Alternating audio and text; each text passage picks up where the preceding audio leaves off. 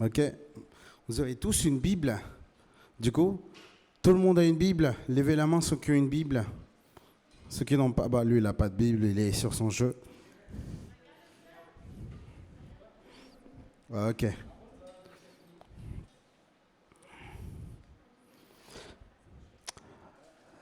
Aujourd'hui, j'aimerais vous parler d'un thème qu'il y avait depuis longtemps dans mon cœur, parce que de base, je devais partager ce thème dans le camp des jeunes. J'avais proposé ce beau thème à Lou, mais il a été refusé. Je pense qu'il a eu une meilleure idée que moi. Comme quoi, des fois, on a des mauvaises idées. Mais que Dieu, quand même, les valorise, que plus tard, on peut les avoir. Amen. Amen. Ok, du coup, qu'est-ce que vous comprenez par génération fast-food? Quand on vous... Oui, John?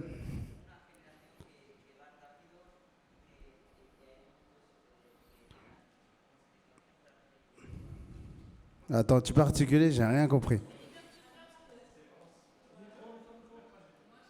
Ouais, mais toi, t'es à côté. Ouais. Ouais, c'est pas... Donne-lui le micro, donne-lui le micro.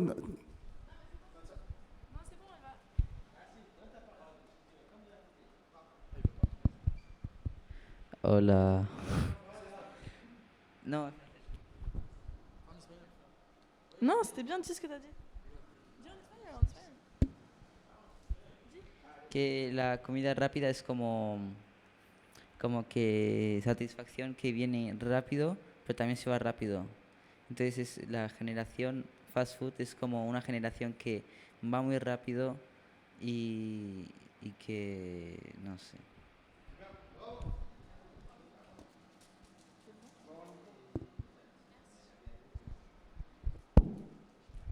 Tu veux frapper fort? C'est bien. C'est juste ce qu'elle a dit, John Steven l'a dit. Le fast-food, ça veut dire quelque chose qui vient rapide, mais c'est quelque chose qui s'en va très rapidement aussi. Donc c'est juste c'est John Steven. Ok, bah alors si jamais on va avoir 6 points aujourd'hui dans lesquels j'aimerais faire assez rapidement. Aujourd'hui, je me suis dit, allez, faisons juste 15 minutes, 20 minutes. Alors ça m'a rappelé un petit peu le thème fast-food. Fast-food, ça veut dire un truc rapide, mal préparé.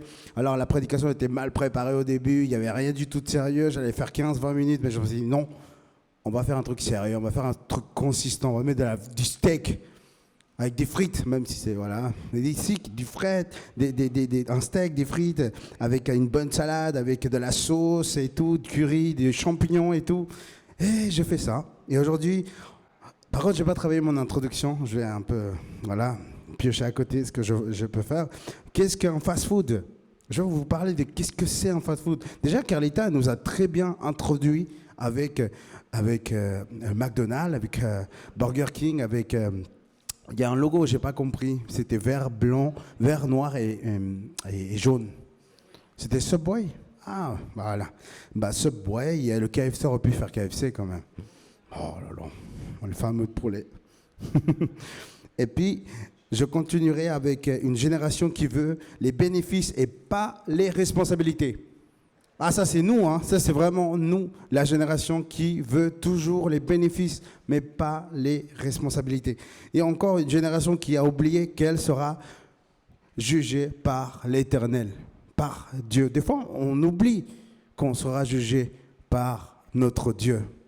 Et des fois, même quand maman et papa nous disent ne mange pas plus qu'un verre par jour le Coca-Cola ou par semaine, mais nous on est là.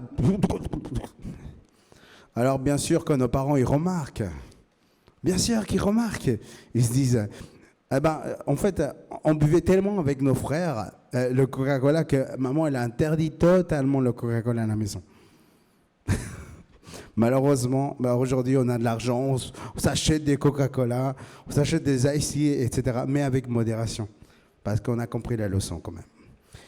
On va encore voir une génération qui a oublié que seulement Jésus fait les meilleurs repas. Seulement Jésus fait les meilleurs repas. Et vous allez comprendre, c'est vrai qu'au début, c'est pas évident. Oula, j'ai oublié un S, mais bon. Et on ira avec la conclusion. Donc, j'aimerais introduire le thème avec quelque chose que Lou, elle m'avait proposé. Elle m'avait dit, Jim, est-ce que tu veux parler de la génération fast-food? Mais à une condition, elle m'a dit. Ne mange pas pendant un mois en fast-food. J'étais là, waouh! Qui a déjà réussi à ne pas manger un fast-food un mois entier?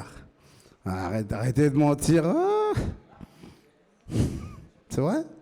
Eh ben, ouais, bah, bravo. Bravo. Bah, écoutez, je pense que pour moi, c'est impossible. J'ai le tacos en bas, j'ai la Migros en bas, j'ai le kebab à côté, j'ai la pizzeria à l'autre côté, j'ai un autre kebab à côté, j'ai un autre poulet frit à côté. Ben, moi, c'est impossible que je n'aille pas manger dans un fast-food. J'arrive, il y a le pizza à côté, je vais prendre le vélo, je vois le kebab. Il y a partout des fast-foods. C'est vraiment fou, mais Dieu m'a béni vraiment d'une manière abondante parce que grâce à Dieu, bah, j'essaie de manger plus équilibré, j'essaie de manger plus honnêtement avec ce que je sais faire et mes connaissances. Mais voilà. Mais Dieu est bon et puis il nous bénit énormément donc, avec tout ce qu'il fait. D'accord? Et ensuite, j'aimerais que quelqu'un me dise combien de fast-food il a déjà mangé depuis qu'il a connaissance. Combien de fast-food vous avez mangé? Combien de restaurants vous avez fait toute votre vie? Ouais, différent.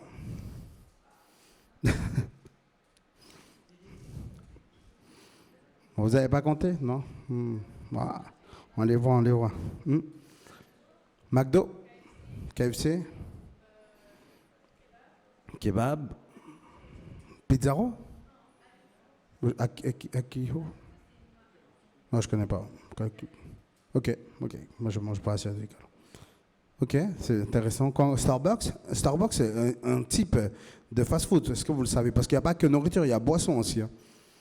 Il y a le dessert aussi. Comment? Fast drink, je connais pas.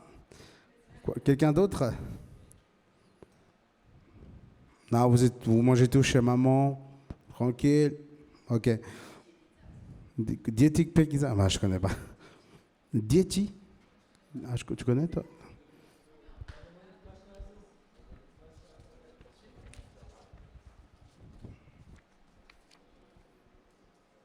Ok, est-ce que vous savez quel a été le premier fast-food que s'est apparu dans le monde? Ne lisez pas, s'il vous plaît, ne lisez pas. Quel est le premier fast-food presque qui a été fait dans l'histoire? Quelqu'un a déjà fait une étude approfondie sur cela? Alors si jamais, je précise, je ne connais pas par cœur cela. Je suis allé lire des articles d'un gars qui est super cool. D'ailleurs, j'ai noté son nom pour que vous le sachiez. Il s'appelle Monsieur Francisco José Ortega Reina. C'est un spécialiste du fast-food. Le gars, il a étudié partout. J'ai vu tellement de choses belles. Puis bon, j'ai pas voulu tout mettre parce que je voulais pas vous ennuyer. Mais voilà. Mais du coup, quel est le premier fast-food qu'il y a eu dans notre histoire? Et d'ailleurs, je ne sais pas si vous avez compris, mais quand on rentre dans un fast-food, il n'y a pas découvert. Il n'y a pas découvert, sauf dans le chicken, c'est incroyable. Ils ont fait maintenant découvert chicken. Mais je dirais que c'est un fast-food, un restaurant assez consistant quand même, le chicken. Du coup, le premier fast-food qui est apparu dans notre histoire.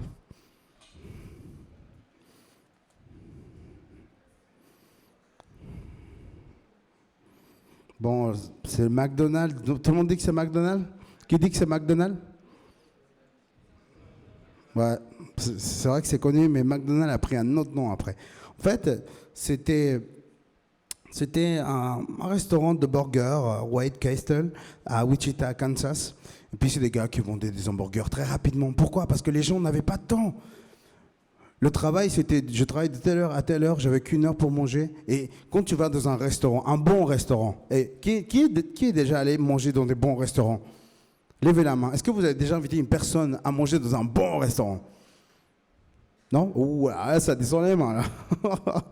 Nina, tu as déjà invité quelqu'un à manger dans un bon restaurant? Je ne dis pas un kebab. Hein.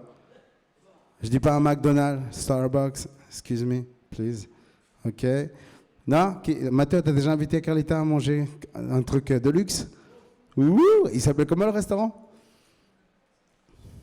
Oh là, il ne se rappelle plus. Oh, ça, c'est mauvais, Carlita, quand même. Ah, il y en a. Ouh, après, c'est dit, il y en a beaucoup. Waouh! Bon, ne raconte pas trop ta vie, Lou. Non, c'est bien. Bah, en fait, tu remarques, quand tu vas dans un bon restaurant, qui n'est pas fast-food, eh ben, tu vois déjà que le gars, il prend quand même beaucoup de temps à préparer la nourriture. À chaque fois, moi, quand j'invite une personne à manger, et récemment, bah, j'invite beaucoup Lou aussi à manger, et puis l'argent, il part comme ça, wouh! Mais voilà. Mais gloire à Dieu, elle mange beaucoup. Hein.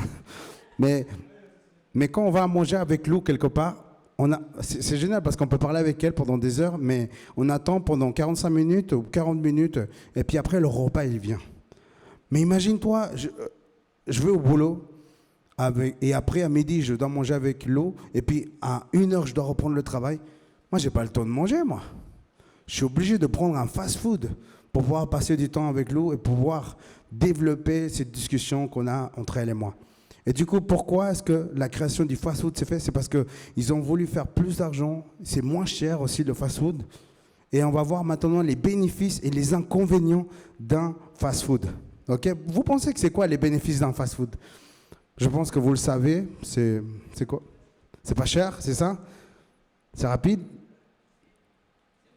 C'est bon? C'est sucré, salé? C'est pas bien, c'est bien, c'est bien, c'est bien. Ok, donc les avantages, c'est que d'abord, les prix sont très abordables. Un cheeseburger coûte 2 francs. À mon époque, ça coûtait 2 francs. Aujourd'hui, c'est 2,50. Les prix sont super abordables. 2, la rapidité de la préparation, elle était incroyable au McDonald's.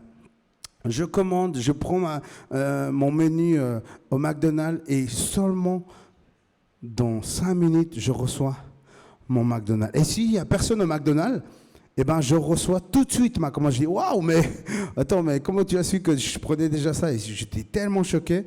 Mais les gens, ça va trop rapide, la nourriture. Et puis, le troisième avantage, c'est qu'il est facile à transporter, n'est-ce pas? Il est très facile à transporter. Le quatrième, c'est qu'il offre beaucoup de variétés.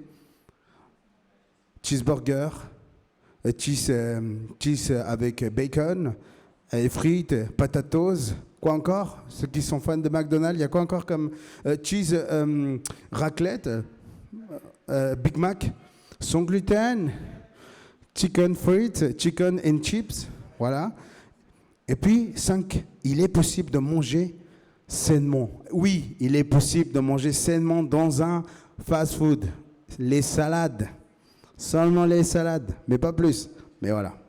Et donc, les inconvénients dans un fast-food. Voilà les inconvénients. Ce n'est pas sain du tout. Ce n'est pas sain du tout. J'ai essayé quand j'avais 18 ans de manger pendant une semaine un fast-food. Au 3e jour, je vomissais déjà. Ah, je n'ai pas réussi à manger toute une semaine de fast-food. En fait, avec mes potes, on allait tous, après les cours, à midi, on allait au McDonald's de Bel-Air et on se faisait tous un petit repas parce qu'on n'avait pas de cours après, mercredi. Et puis, en fait, on se posait, on prenait un Big Mac. Moi, je prenais 2 Big Mac, je prenais un Coca-Cola et des frites avec du Coca-Cola encore. Et puis, un McFlurry. Et puis, on faisait tous une petite réunion. Et tout d'un coup, j'ai ressenti dans mon ventre que ça n'allait pas du tout. Et j'ai vomi. Pas au McDonald's, mais après. Voilà. Et du coup, quelque chose que produit énormément les fast-foods, c'est l'obésité. On devient super énorme quand on mange trop de fast-food. Il y a mon professeur, il disait, le jour où tu n'arriveras pas à toucher tes chaussures, pose-toi des questions. Alors, on se lève tous, s'il vous plaît. On va voir si vous arrivez à vous toucher les chaussures. Allez, on se lève tous, s'il vous plaît. Allez. Est-ce que vous arrivez à toucher votre chaussure? Vas-y. Oh, c'est pas mal. Est-ce que tout le monde arrive à toucher ses chaussures? Eh bien, tout le monde, vous n'êtes pas obèse. Bravo! Alors, si quelqu'un vous dit obèse, vous dites ça. Allez. Ben oui. Et puis, 3e point, il propose des produits alimentaires addictifs. Parce que le coca, c'est addictif. Les frites, c'est addictif. Le cheeseburger, c'est addictif. Toutes ces choses-là nous donnent une certaine dopamine à notre cerveau. Nous fait croire qu'en fait, c'est bien, c'est plaisant. Mais après, on se sent mal. On a la dalle. Moi, je mange un Big Mac et j'ai la dalle après. J'ai trop la dalle. Et quelque chose que peut-être vous ne savez pas, c'est que le fast-food donne du stress. Est-ce que vous saviez cela? Manger dans un fast-food stresse beaucoup. Vous n'êtes pas rentré dans un McDonald's une fois et le gars, il a juste pris 10 minutes à vous servir et vous étiez en colère. Wesh, vas-y mec, il est où mon McDonald's? Il m'a oublié. Et on commence à stresser. Moi, une fois, je me suis énervé. Et il y avait mon numéro 689 et puis j'ai dit, hey, mais il est où? Ça va pas? Et j'ai commencé à dire, monsieur, mais vous avez oublié mon McDonald's. Ah, excusez-moi, monsieur, c'est pas fait exprès, etc. Mais moi, j'ai dit, mais ok, d'accord, ok. Je me calme, ok. Mais voilà, moi, ça m'a stressé quand même, hein, de ne pas prendre mon McDonald's. Bah, je sais pas vous, mais moi, je suis comme ça. Ok. Du coup, voilà, je voulais faire une petite introduction sur le fast-food, etc., pour vous mettre un petit peu dans l'eau avec moi. Mais aujourd'hui, on va passer au vif du sujet. Une génération qui veut les bénéfices et pas les responsabilités. Nous vivons aujourd'hui, nous sommes cette génération. Nous voulons tout de suite les choses à la main, mais nous ne voulons pas acquérir les responsabilités. Nous voulons devenir leaders de jeunes, mais nous ne voulons pas réellement nous en charger et prier pour les jeunes. Nous voulons être là dans la présidence, mais nous ne voulons pas passer des heures et des heures à préparer la présidence. Carlitas, tu as pris du temps pour préparer la présidence, n'est-ce pas? 1, 2 heures, 3, 4, 6 heures des fois. Nous voulons être prédicateurs, mais nous ne voulons pas préparer un message. C'est quoi ça? Ça, c'est notre génération actuelle. Nous sommes comme ça. Et ce n'est pas ce que le Seigneur y veut. Et j'aimerais, mes frères, quand vous m'accompagnez à lire ce verset dans la Bible, Genèse chapitre 6, verset 11 à 12, qui nous dit « Aux yeux de Dieu, les hommes s'étaient corrompus et avaient rempli la terre d'actes de violence. Et Dieu observait ce qui se passait sur la terre et il vit que le monde était corrompu, car toute l'humanité suivait la voie du mal. » Les temps de Noé sont encore aujourd'hui. Il y a toujours des hommes mauvais, il y a toujours des hommes qui font le mal, il y a toujours des hommes qui violent des femmes, il y a toujours des hommes qui violent des enfants, il y a toujours des gens qui volent de l'argent, il y a toujours des gens qui mentent, des gens qui font la guerre, il y a des gens qui font du mal au cœur aux personnes, il y a des gens qui jouent avec les personnes, et des gens qui vont vous frapper à l'école, d'autres qui vont vous ignorer, qui vont vous insulter. Bref, beaucoup de mal. Le mal est encore chez nous. Et je peux dire plus que cela, mais j'espère que vous êtes solides ce soir. Et je vais être très doux parce que quelqu'un il a demandé au Seigneur dans sa prière la douceur. Et ouais, voilà. Le Seigneur va me remplir de douceur, n'est-ce pas, Carlita? Amen. Et puis en fait, j'aime beaucoup l'histoire de Noé parce que Noé, il a reçu une responsabilité, mais il a reçu les bénéfices. C'était quoi le message de Noé à l'époque de Noé? Qui se souvient? Personne? Oui? Oui, quel était le message de Noé dans son temps? Qu'est-ce que Dieu lui avait dit à Noé? Qu'il allait y arriver en ce moment-là. Le monde était... Oui? Qui a dit quoi? Pardon? Qu'il y aura de la pluie et le déluge, n'est-ce pas? C'est ça? C'est ça? Oh, c'est ça, voilà, c'est ça. C'est le déluge. Que le déluge allait venir et il allait détruire toute la terre. Parce que l'homme était mauvais, la femme était mauvaise. Les hommes se donnaient avec les hommes, les femmes avec les femmes. Et il y avait des gens qui faisaient des choses ensemble. Le frère volait à sa sœur et sa sœur volait à son cousin. Et il y avait le mal de partout. Et Dieu en a eu marre.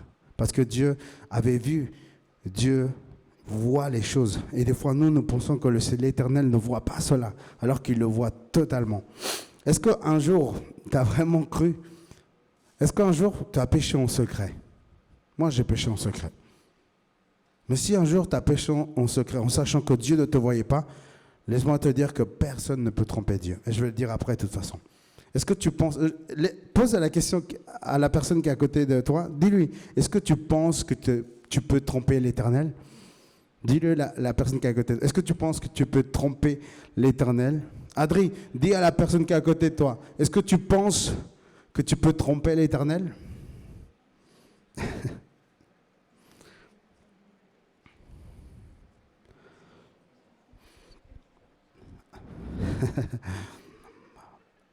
Ça, c'est quelque chose que peut-être on ne se rend pas compte, mais je ne sais pas, vous, est-ce que vous êtes plutôt du genre honnête? Est-ce que vous êtes des gens à vouloir dire la vérité? Est-ce que vous êtes cette génération qui vivait dans la vérité? Vous êtes plutôt la génération qui ment et qui fait n'importe quoi? Vous êtes quel type de génération? Est-ce que je peux vous poser ça comme question? Vous êtes quoi, quel type de personne? Vous êtes de la génération de cristal peut-être? Vous êtes de la génération très sensible, la génération qui s'effondre en n'importe quoi? Et en fait, moi j'ai passé par un moment où je n'avais pas eu de travail pendant 4 mois, et à chaque fois que j'ai eu beaucoup d'entretiens avec des patrons, et c'était toujours les mêmes questions. Et je pense que l'Éternel travaillait mon cœur énormément quand les patrons qui étaient devant moi me posaient des questions. Et en fait, un jour, j'ai parlé à un de mes frères, un de mes frères, et je leur ai dit, ouais, mais je ne sais pas ce qui m'arrive. À chaque fois que je suis devant des patrons, ils me posent beaucoup de questions, et je réponds honnêtement, et je suis gentil, mais à chaque fois qu'ils me disent, est-ce que tu sais faire ça, ceci, cela, ça, bah, je réponds honnêtement. Je ne vais pas mentir. Et puis il m'a dit, ouais, mais mens-les, c'est pas grave. Dis-lui que tu sais faire ça, ceci, moi j'ai fait ça l'autre fois, Mais j'ai dit, mais je ne peux pas faire ça. Je ne peux pas dire que je sais faire ça alors que je ne sais pas le faire. Et j'ai dit, non, je ne vais jamais faire ça, parce que je sais que Dieu me regarde. Et alors j'ai eu plein de rendez-vous, beaucoup de rendez-vous, et malheureusement, ça ne fonctionnait pas, jusqu'à que, une fois, j'ai appelé un patron, où je me suis dit, allez, je vais essayer de l'appeler. Et j'ai appelé un patron, et j'ai dit, oui, viens demain à 7h. On a un rendez-vous. J'étais là, ouh là, c'est sérieux là, 7h, j'ai jamais eu un rendez-vous à 7h du matin. Alors, je suis allé 7h du matin, c'était un jeudi, je me suis habillé correctement et je suis allé le voir, on a bu un café, un jus d'orange, de l'eau, et j'étais trop à l'aise. Et j'ai parlé d'abord avec sa secrétaire, et ensuite j'ai parlé avec lui, ok, tu commences demain matin, est-ce que tu veux commencer? Oui, bien sûr. Et il y a 4 mois en arrière, c'était dur pour moi. C'était énormément. C'était au mois de janvier où j'ai eu ce rendez-vous avec ce patron et il m'a dit « Bienvenue dans l'entreprise ». Et vraiment, gloire à Dieu, parce que, imaginez-vous, j'aurais menti, je ne sais pas, peut-être j'aurais eu le travail, mais j'aurais déçu Dieu. Peut-être j'aurais eu un bon salaire, mais j'aurais déçu Dieu aussi. Et je pense que, je ne sais pas pour toi, c'est quoi le plus important? C'est d'avoir quelque chose que tu as désiré et de décevoir Dieu, ou d'être honnête et être dans la vérité et puis honorer l'Éternel. Je ne sais pas, je me pose ça comme question parfois. Est-ce que les gens ont vraiment conscience qu'ils peuvent vivre une vie de mensonge? N'est-ce pas? Moi, j'avais un ami qui c'est vraiment très débile, mais il mesurait 1 mètre, je ne sais pas combien. Il disait, je fais 1 mètre. Il disait un petit peu plus, alors que tout le monde savait qu'il ne faisait pas 1 mètre, je ne sais pas combien. C'était marrant, parce que je me disais, mais ne mens pas, mec.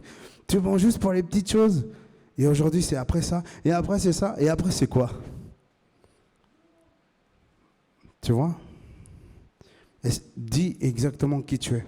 Parce que je t'assure qu'à tes 18 ans, 20 ans, 25 ans, tu ne vas plus te reconnaître dans le miroir parce que tu t'auras créé un personnage dans ta vie et tu ne seras plus qui tu es. Alors, je passe au 4e point, une génération qui a oublié qu'elle sera jugée par Dieu. Et j'aimerais mettre un point excellent sur cela. Une génération qui a oublié qu'elle sera jugée. Et pour cela, j'ai 2 versets, que j'aimerais lire avec vous. Se trouve en Ecclésiaste chapitre 11, verset 9, qui nous dit, ça parle pour l'homme comme pour la femme. D'accord? Jeune homme ou jeune femme, réjouis-toi au cours de tes jeunes années et que ton cœur se fasse du bien pendant ta jeunesse. Marche sur les chemins où tu voudras aller et va vers ce que tu désires en sachant que pour tout cela, Dieu te fera venir en jugement. Et le verset 12, verset 14 nous dit, en effet, Dieu prononcera son jugement sur toute œuvre et même celles qui ont été accomplies en cachette. En cachette, t'as vu ça? en cachette, les bonnes et les mauvaises. Je ne sais pas ce que vous en dites, mais toute œuvre sera faite, sera jugée bonne ou mauvaise. Et j'aimerais vous dire quelque chose que personne ne peut tromper l'Éternel. Et il y a un verset clé pour cela. Parce qu'avant, moi, je pensais que si je me cache peut-être avec 2 murs, l'Éternel ne me mouvra pas. Mais quand j'ai lu ce verset dans ma jeunesse, ça m'a choqué, ça m'a tapé le cœur, ça m'a fait du mal. Et la parole de Dieu nous dit, ne vous faites pas d'illusions. Dieu ne se laisse pas traiter avec mépris. On récolte ce qu'on sème. Ne crois pas que si tu ne révises pas du tout, tu vas penser que tu vas réussir. Ne pense pas que dans ta relation avec un ami, si tu n'investis pas, ne pense pas qu'elle sera toujours ton ami. Ne pense pas que si tu n'investis pas dans un sport, au basketball, tu penses que tu vas réussir un jour. Peut-être tu vas jouer des bons sports, etc. Mais mais comme la parole nous dit, on récolte ce qu'on sème. Qu'est-ce que tu as envie de mettre dans la terre? Dis-moi. Dans le couple, vous êtes en couple, n'est-ce pas? Qu'est-ce que tu as envie de cultiver? Carlita m'a dit un truc hier, elle a dit qu'elle aimerait cultiver l'honnêteté. Parce qu'elle aime l'honnêteté. Parce qu'elle trouve qu'on est, dans la famille, on est tous pas honnêtes. Non, je dis, on est trop honnêtes dans la famille. C'est pour ça qu'elle aime ça, justement. Ok, vas-y. La passion, la tendresse. Purée, mec, moi aussi. Non, vas-y.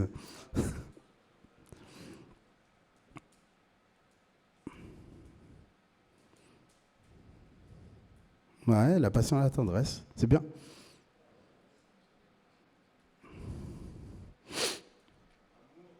Et l'amour, bah oui, c'est global, bah c'est bien.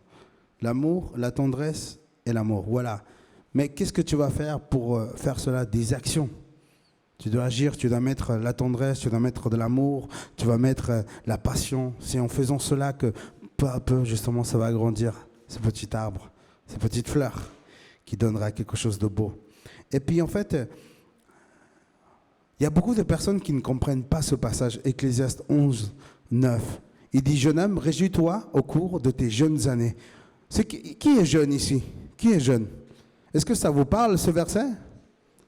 Donc, je vais le traduire comme ça. Carlita, réjouis-toi au cours de tes jeunes années, et que ton cœur, your heart, se fasse du bien pendant ta jeunesse. Ok? Marche, Carlita, sur les chemins où tu voudras aller. Donc, s'il y a Mathéo, bah vas-y, fonce avec Mathéo. Ok? Et va vers ce que tu désires. Est-ce que tu désires? Qu'est-ce que tu désires maintenant, Carlita? Beaucoup de choses, exactement. En tant que jeune, on désire avoir un bon boulot, réussir nos études, se marier avec la femme qu'on désire ou l'homme qu'on désire. Quoi encore? Avoir des aventures. Rester près de sa famille. C'est des désirs normaux d'un jeune. C'est des désirs normaux. Et voici ce que l'Ecclésiaste, donc l'Ecclésiaste veut dire le prédicateur, il nous dit, va vers ce que tu désires, en sachant que tout cela, Dieu te fera venir en jugement. Donc, ce que Dieu il est en train de dire là, c'est que si tu commences à faire le mal, essaye de revenir, essaye de bien faire. D'accord? Aujourd'hui, pour les travailleurs, c'est quoi le point essentiel? C'est que nous devons être honnêtes, professionnels dans notre métier. Nous devons être honnêtes aussi dans notre métier et nous ne devons pas mentir. Et nous devons faire avec excellence notre travail. Aujourd'hui, pour les couples, c'est quoi? Qu'est-ce que vous devez faire attention? Ne pas avoir des relations sexuelles. C'est vrai, l'Éternel il dit, calmez-vous. Il y a un cadre spécial pour cela. Ça s'appelle le mariage. Ça s'appelle le mariage. Et le mariage, là, tu peux aller en abondance. Amen, alléluia. Mais pour l'instant, on se calme. On se calme. OK? Et parce que Dieu te fera venir en jugement. Et ne vous faites pas d'illusions, d'accord? Dieu ne se laisse pas traiter avec mépris. On récolte ce qu'on sème. Amen. Une génération qui a oublié que seulement Jésus fait les meilleurs repas. Je vous pose une question honnêtement. Est-ce que vous avez déjà mangé avec Jésus? Ou est-ce que vous avez déjà mangé avec Jésus? Okay. Non, personne n'a mangé. Je suis le seul à avoir mangé avec Jésus. Waouh, mais quel privilège. Hein. C'était pas en fast-food en tout cas. Hein. C'était pas en fast-food. Hein. Vous allez comprendre. Je pense que vous ne pouvez pas répondre parce que vous ne comprenez pas ma question. Parce qu'il y a un contexte. OK? En fait, il y a deux histoires où il y a à manger. J'aime trop quand il y a Jésus, il parle de la nourriture. C'est incroyable. Parce que quand ça parle de nourriture et Jésus, c'est la gloire à ce moment-là. Moi, j'aime trop quand il y a la nourriture et puis il y a Jésus au milieu de la nourriture. Et je sais qu'il y a un truc fantastique qui va se passer à ce moment-là. Et en fait, c'était le moment de la crucifixion de Jésus où Jésus avait dit en fait à l'apôtre Pierre, tu vas me renier 3 fois. Et l'apôtre Pierre le renia 3 fois. Alors l'apôtre Pierre avait mal au cœur. Il se sentait indigne, il se sentait plus appelé, il se sentait plus élu du Seigneur. Alors, qu'est-ce que la Bible nous dit? Qu'il avait repris son ancien travail, pêcheur de poissons. Et il alla dans un bateau en train de pêcher. Et il se trouve, je ne veux pas lire le verset parce que c'est super long. Et un jour, Jésus, après 3 jours, il ressuscita, n'est-ce pas? Et il fut vainqueur. Il alla chercher tous ses disciples parce qu'ils étaient tous éparpillés. Alors Jésus allait un par un en train de les récupérer. Et à ce moment-là, il voit Pierre en train de pêcher des poissons. Il était là-bas en train de pêcher et Jésus le voit et Pierre le voit. Et là, c'était le moment vraiment le plus romantique de l'apôtre Pierre. C'était le moment vraiment exact de manger un bon repas. À ce moment-là, l'apôtre Pierre était tout nu. Il était tout nu. Et il alla vers Jésus, tout nu. Ouais, moi j'étais choqué à ce moment-là aussi. Mais parce que il faut comprendre ce que ça veut dire cela. Parce que Jésus, qu'est-ce qu'il veut quand on échoue? Quand on échoue quelque chose, il veut qu'on vienne vers lui tout nu. Dans le sens, lui dire la vérité.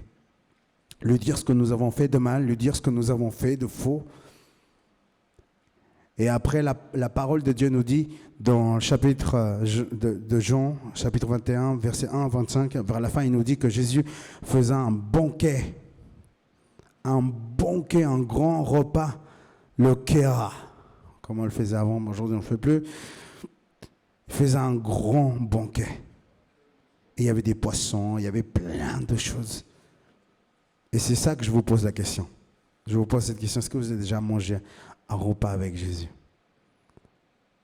Et c'est trop bon parce que Jésus donne en abondance. Il donne vraiment en abondance. Parce que dans les repas de Jésus, il y a le pardon, il y a la réconciliation, il y a les moments tellement beaux, il y a les moments où tu peux rigoler, tu peux parler, tu peux discuter, tu peux lui poser des questions. Et surtout, tu peux te réjouir parce que la Bible nous dit que quand l'homme il mange et il boit, il est heureux. Et je pense que la femme, c'est pareil. Et c'est sympa. Et j'aime beaucoup parce que pas souvent, Lou, elle m'invite à manger. Elle m'a dit une phrase que j'aime beaucoup. Elle m'a dit, fais-toi plaisir. Alors, je me fais plaisir, je mange tout ce que je veux.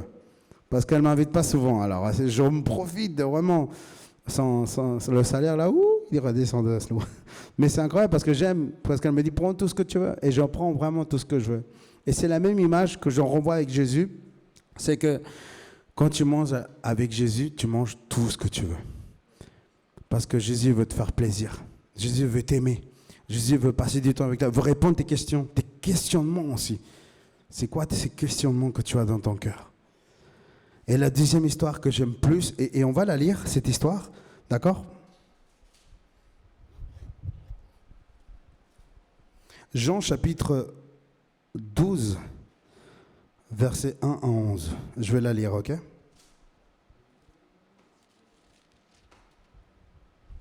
Franchement, si cette histoire ne vous fait pas pleurer ou vous touche pas un petit peu, Relisez-la à la maison, parce qu'elle est trop touchante. Jean, chapitre 12, versets 1 à 11. Est-ce que tout le monde l'a? Jean, c'est le 4e livre du Nouveau Testament. Si vous avez la même Bible que moi, c'est à la page 1327, mais je pense que vous ne l'avez pas, mais peut-être un jour. Ah, une petite note. Tout le monde là? Jean chapitre 12, versets 1 à 11. Je vais vous attendre, comme ça on est tous ensemble, parce que c'est une très belle histoire. C'est bon? C'est bon? Ok, que le Seigneur nous bénisse dans cette lecture. C'est écrit, 6 jours avant la Pâque, Jésus se rendit à Béthanie, où habitait Lazare, qu'il avait ressuscité. On prépara là un festin en son honneur. Marthe s'occupait du service et Lazare avait pris place à table avec Jésus. Marie prit alors un demi-litre de nard pur, un parfum très cher. Elle le répandit sur les pieds de Jésus et les essuya avec ses cheveux. Toute la maison fut remplie de l'odeur de ce parfum. Judas l'Iscariote, l'un de ses disciples de Jésus, celui qui alla le trahir, dit « Pourquoi n'a-t-on pas vendu ce parfum ? On aurait tiré au moins 300 pièces d'argent qu'on aurait pu donner aux pauvres. » S'il parlait ainsi, ce n'était pas parce qu'il se souciait des pauvres, mais il était voleur. Et comme c'était lui qui guérissait la bourse commune, il gardait pour lui ce qu'on lui mettait. Mais Jésus intervint. « Laisse-la faire. Et c'est pour le jour de mon enterrement qu'elle a réservé ce parfum. Des pauvres, vous en aurez toujours autour de vous, tandis que moi, vous ne m'aurez pas toujours avec vous. » Entre-temps, on prit que Jésus était à Béthanie et les gens s'y rendirent en foule, non seulement à cause de Jésus, mais aussi pour voir Lazare qu'il avait ressuscité. Alors les chefs des prêtres décidèrent aussi de faire mourir Lazare, car à cause de lui, beaucoup se détournaient d'eux pour croire en Jésus. C'est beau, hein? C'est très beau. En ce moment-là, on était encore dans un repas. C'était Marthe qui s'occupait de la table. Mais il y avait une Marie qui est venue. Marie, elle avait compris qui était Jésus. Jésus était le Messie, le Rédempteur, le choisi, le oint de l'Éternel. Et quand Marie prend ce moment, tout son argent, elle prend tout son argent et elle achète le parfum le plus cher d'un an de salaire. C'est énorme, hein? Un an de salaire. Un salaire moyen des personnes qui travaillent en Genève, moyen, c'est 60, 80 000 par an. Imaginez vous prendre un salaire de 60 à 80 000 et acheter un parfum. Ce n'est pas le parfum Louis Vuitton, hein, pas du tout. C'est un parfum qui coûte encore plus cher. Et elle a pris, elle versa et lava les pieds de Jésus. Mais pourquoi? Parce qu'elle avait trouvé le vrai époux, le vrai Messie, celui qui devait sauver Israël, ce Jésus qui devait oindre. Et à ce moment-là, on parle encore des bons repas. Parce que dans les bons repas, dans le McDonald's, on ne va pas du tout trouver ce genre de choses. Pourquoi? Parce qu'on a vu que le fast-food, c'est quoi? C'est rapide et ça finit rapide. T'as la dalle après. Ce n'est pas du tout consistant. Ce n'est pas du tout consistant et c'est addictif. Et ce n'est pas du tout mauvais. Et j'aimerais conclure gentiment, mes frères, par une question première que Dieu posa à toute l'humanité. Et l'Éternel posa cette question à Adam et Ève. Et il dit, « Where are you? » Mais où es-tu, Adam? Ève, où es-tu? Dis à la personne qui est à côté, « Where are you? » Où es-tu? Où es-tu?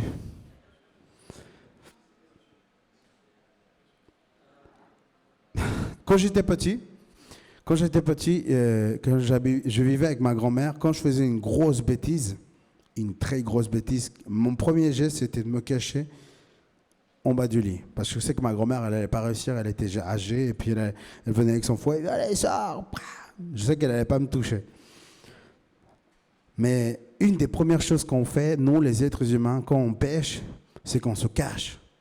On se cache du pardon de l'Éternel, on se cache de la réconciliation de l'Éternel, on se cache de l'amour, de la passion, de la compassion, de la vérité du Seigneur.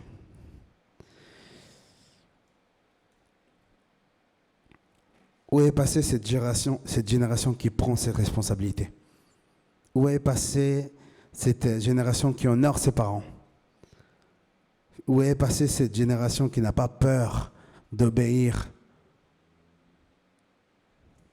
Où est passée cette génération qui a envie de faire les choses justes? Est-ce que vous voulez faire, vous voulez tout de suite?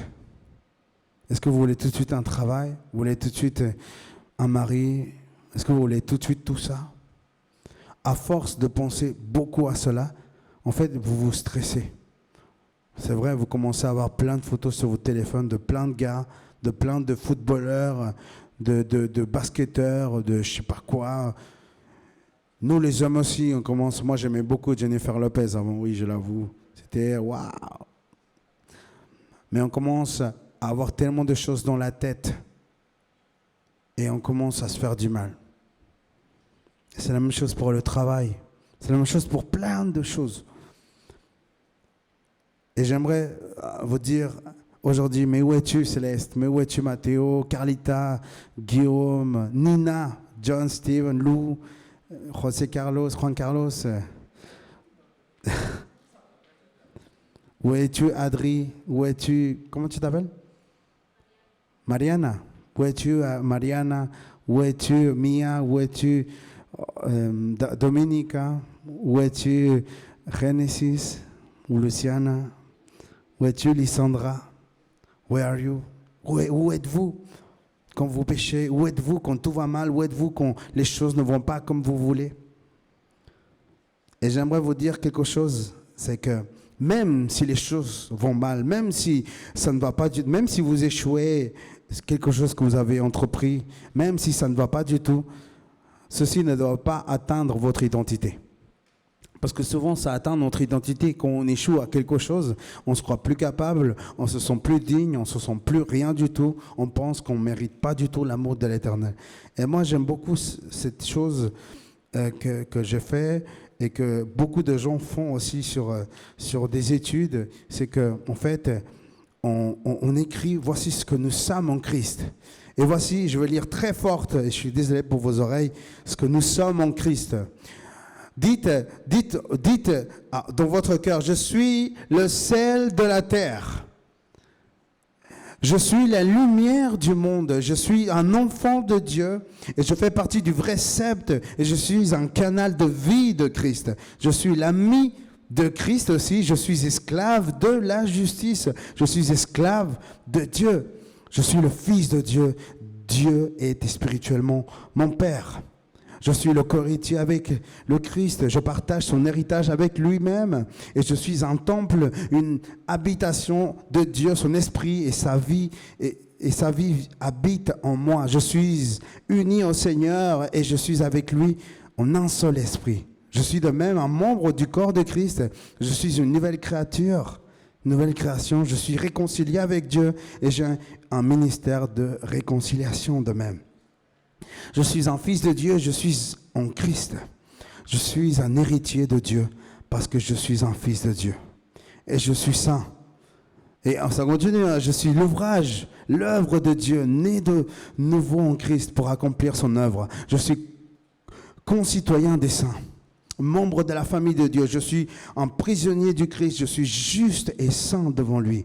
Je suis un citoyen des cieux, assis dans les lieux célestes. Dès maintenant, je suis caché avec Christ et en Dieu. Et je suis l'expression de la vie du Christ parce qu'il est ma vie. Et je suis choisi par Dieu, saint et bien-aimé. Je suis le fils de la lumière et non des ténèbres. Je suis saint participant à une vocation céleste. Je suis un participant du Christ. Je partage sa vie, je suis une pierre vivante de Dieu, édifiée en Christ pour être une maison spirituelle. Je suis membre de la race élue, du sacerdoce royal, de la nation sainte, du peuple qui appartient exclusivement à Dieu. Je suis un étranger, un voyageur dans ce monde dans lequel je vis temporairement. Je suis un ennemi du diable. Ah bah ouais, hein, je suis un ennemi du diable aussi, hein. Je suis un enfant de Dieu et je ressemblerai à Christ quand il reviendra. Je suis né de Dieu et le malin, le diable ne peut pas me toucher. Je ne suis pas celui qui est, mais par la grâce de Dieu, je suis ce que je suis. Nous sommes qui nous sommes grâce à Christ. Et on aura beau à faire plein d'erreurs dans notre vie. Si aujourd'hui vous êtes qui vous êtes, c'est seulement grâce à Christ. Je ne vous dis pas de ne pas manger des McDonald's, de ne pas aller au Starbucks ou pas aller au KFC, moi j'aime beaucoup, mais n'en abusez pas. Et le but de ce partage, c'est de vous dire, ne soyez pas une génération fast-food. N'essayez pas d'avoir les choses très vite. Prenez votre temps. Allez doucement, car l'Éternel est bon avec nous. Amen.